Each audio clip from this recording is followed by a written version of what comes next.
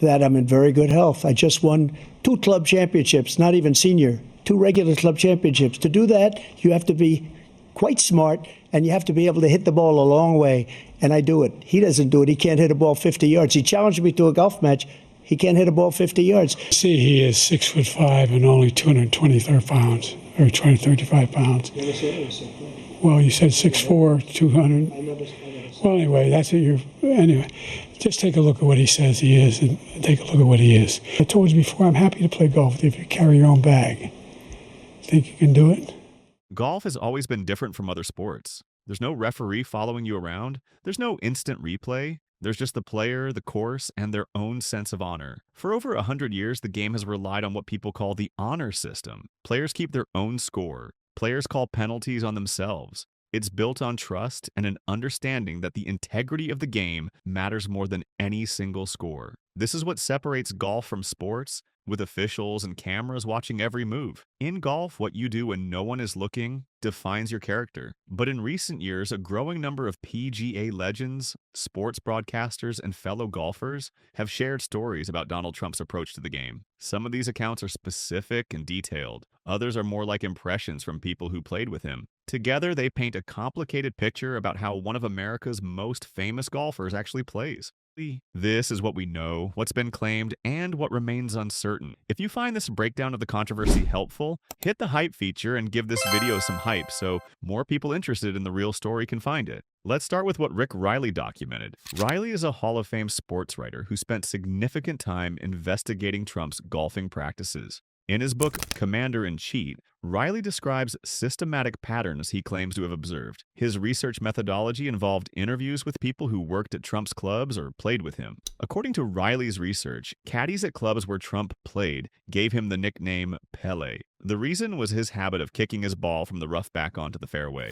Riley characterizes this as breaking golf rule 9.1, which requires the ball to be played as it lies. Riley goes further, claiming that caddies and Secret Service agents often enabled these improvements to Trump's lies. He uses strong language, saying Trump cheats like a mafia don, comparing his rule-breaking style to organized crime. He also documents claims that Trump used red spray paint at Bedminster Golf Club to mark areas as under repair, creating opportunities for free drops that might not be legitimate. It's worth noting that many of Riley's accounts rely on interviews with unnamed sources or caddy staff who may have incentives or perspectives that color their accounts. Now, it's important to understand what we're dealing with here. Riley's book is a journalistic investigation, but many of his accounts rely on unnamed sources or anecdotal evidence from caddies and staff members. Trump and his representatives have not provided detailed responses to each specific allegation. The question of whether these incidents happened as described or how frequently they occurred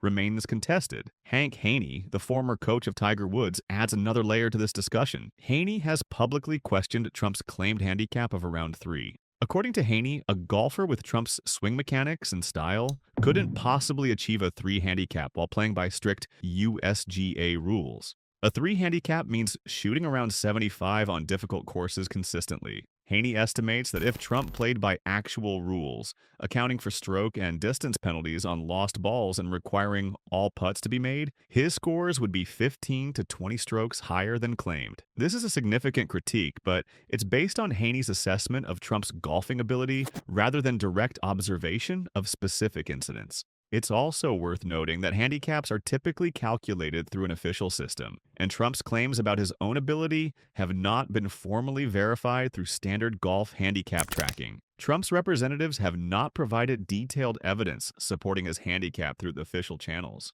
Several high-profile golfers and broadcasters have shared specific stories about playing with Trump. Mike Tirico, a legendary sports broadcaster, described a round where he hit what he felt was an excellent approach, shot into a par 5. He watched it track toward the pin and expected a chance for an eagle, but when he got to the green, his ball had vanished. It was later found in a greenside bunker, a location that didn't match the trajectory of his shot.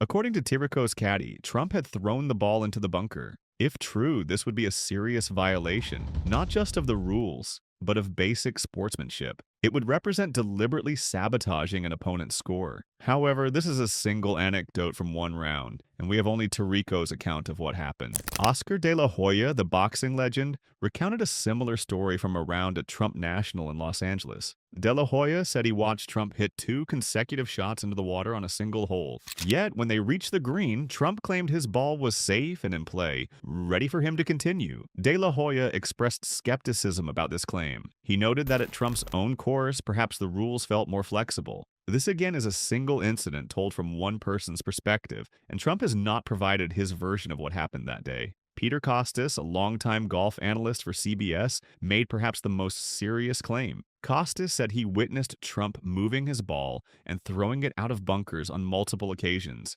including during television broadcasts. He called Trump a serial cheater. What makes this significant is that if true, these acts would have occurred in front of cameras and galleries, not in private. This would represent a level of brazenness that suggests either Trump believed he was untouchable or that the consequences wouldn't reach him. However, these are allegations from Kostis without widely available supporting video evidence. The television networks involved have not publicly confirmed these incidents or explained why they would have aired such rule violations without commentary or adjustment to the broadcast. This raises questions about whether Kostis's interpretation of what happened on camera matches what others who viewed the footage saw, and why there hasn't been more substantive response from the networks or other broadcasters present. Brad Faxon, an 8-time PGA Tour winner with decades of competitive experience, played a memorable foursome with Trump, Tiger Woods, and Dustin Johnson. This grouping represents the apex of golfing talent, yet according to Faxon, the dynamic was dominated by Trump's unique interpretation of scoring. According to Faxon, Trump hit 2 shots into the water on one hole, leaving him with no balls in play. He then drove to the green and asked Tiger Woods for a birdie putt anyway. Faxon described this as Trump rules, noting that it bore little resemblance to actual golf. This story has become somewhat famous in golf circles, but it relies on Faxon's account and his interpretation of what happened. Tiger Woods has not publicly confirmed or denied this incident, or provided his own account of how he responded when asked for that birdie putt. Suzanne Pedersen, the LPGA legend and friend of Trump, provided perhaps the most nuanced perspective. She acknowledged their friendship but admitted that Trump cheats like crazy at golf and that his approach to rules is flexible. She invoked the saying that if you cheat at golf, you cheat at business. But her comments were made in the context of a broader discussion about LPGA membership policies. She didn't provide specific incidents, just a general characterization based on their friendship and playing together. Rory McIlroy played with Trump in 2017 and faced immediate criticism for doing so. Later, McIlroy distanced himself from Trump, citing his divisive political rhetoric and his handling of the COVID-19 pandemic. McIlroy said he wouldn't play with Trump again and suggested Trump might not want to play with him. This shift reflects McIlroy's concerns about Trump's political brand more than specific golf course incidents. It shows how golf can become entangled with political identity, and how playing with controversial figures carries reputational risks. The Samuel L. Jackson incident is the most detailed and specific account of retaliation. Jackson publicly stated that he saw Trump hit a ball into a lake and then claim his caddy had found it. Jackson said he didn't think Trump follows the rules. Trump responded by tweeting that he didn't know Jackson and insulted his golf swing. Then, in what Jackson described as bizarre, he received a bill from Trump National Golf Club for membership dues, despite not being a member. Trump had apparently signed him up without his consent. If accurate, this suggests that Trump used the club's administrative machinery to punish a critic. However, Trump's perspective on these events has not been fully detailed in public statements. The most recent and most culturally significant moment came in October 2024. At a rally in Latrobe, Pennsylvania, Trump made extended comments about the late Arnold Palmer's body in the locker room. Trump said that when Palmer showered with other pros, they would emerge impressed by his physique. Peggy Palmer Wares, Arnold's daughter, issued a rare public statement. She called Trump's comments a poor choice of words and disrespectful. She said her father would have been appalled by Trump's lack of civility. She also noted that Trump was appropriating her father's memory to enhance his own image. The comments generated significant backlash and disappointed many in the golf community who valued Palmer's legacy of grace and dignity. Jack Nicklaus presents a more complicated figure. While he has supported Trump politically, he has criticized Trump's tweets and said he's not a diplomat. Regarding the Palmer comments, Nicholas seemed to confirm that locker room comparisons about Palmer's physique existed, but he appeared uncomfortable with the crude public airing of such private stories. Nicholas's position seems to reflect a traditional conservative approach, willing to support Trump's policies while being personally embarrassed by his behavior and rhetoric. Lee Trevino, known for his humor and frankness, offered perhaps the most pragmatic take. Trevino suggested that when you play with Trump, you just have to let him win to keep him happy. He characterized playing with Trump as theater rather than genuine competition. He said Trump tells you how good he is and then he shows you something else, capturing the gap between Trump's claims and what actually happens on the course. Trevino essentially acknowledges a pattern of rule bending while treating it as an inevitable part of the Trump experience. So, what do we actually know versus what we're inferring? The allegations break down into a few categories. First, there are specific incidents told by individual witnesses, like the Tirico bunker story or the De La Hoya water ball story. These are detailed and come from credible people with professional reputations to maintain, but they're single accounts from one person's perspective that Trump hasn't responded to in detail. The accuracy depends on the witness's memory, interpretation, and honesty. Second, there are characterizations and impressions from people who know Trump or have played with him multiple times, like Pedersen saying he cheats like crazy, or Trevino saying you let him win. These give a general sense of how people perceive his approach to rules, but they're not detailed allegations of specific incidents with dates and circumstances. Third, there's the handicap question. Multiple golf professionals believe Trump's claimed 3 handicap is not achievable under strict rule compliance. This is a statistical and technical question based on observable golfing mechanics, but Trump has not provided detailed evidence supporting his handicap through official channels. Fourth, there are the recent comments about Arnold Palmer, which Trump made publicly and which Peggy Palmer wears directly addressed. Those comments are documented, and the reaction from Palmer's family is clear. Fifth, there are claims from people like Riley and Costas about systematic patterns, but many of their accounts rely on unnamed sources or observations that haven't been independently verified by neutral third parties. What's missing from this picture? Trump's detailed responses to specific allegations. When Tirico talks about the bunker, we have Trump's silence. When De La Hoya describes the water balls, we have no detailed Trump account of that round. Trump has given some general defenses, saying he plays by the rules and is an excellent golfer, but he hasn't systematically addressed the individual claims made by these specific people. He could have released detailed scorecards,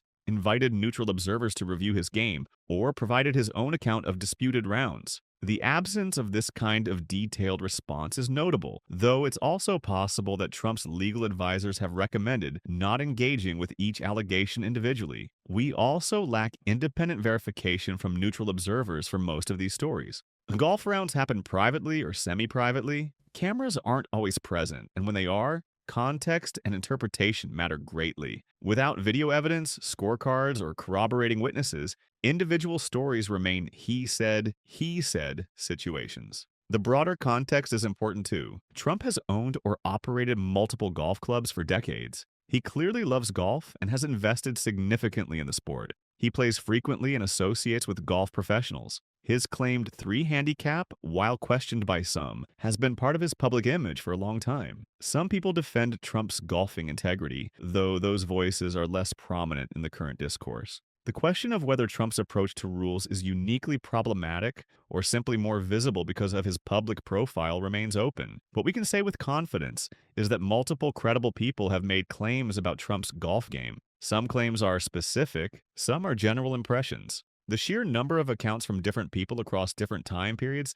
suggests there's something real here. Whether it's systematic cheating, occasional rule bending, or a fundamental difference in how Trump approaches the game, that's harder to determine from the available evidence. What's also clear is that these stories have become part of the cultural conversation about Trump, shaping how people perceive his character and integrity. The golf course, as many have noted, reveals character. It puts someone in a situation where they can break the rules with minimal accountability. It tests whether someone values winning above all else, or whether they value the integrity of the competition. The stories about Trump suggest he falls into the former category, at least according to the people who have played with him. But characterization and specific accusation aren't the same thing. Impression and proof aren't identical. What's undeniable is this: golf relies on honor. It assumes that players will call penalties on themselves. It assumes that the scorecard is honest. The allegations and stories about Trump, whether all true or not, all point to a different approach. They suggest someone for whom the score matters more than the method. Whether that's unique to Trump or just more visible because of who he is,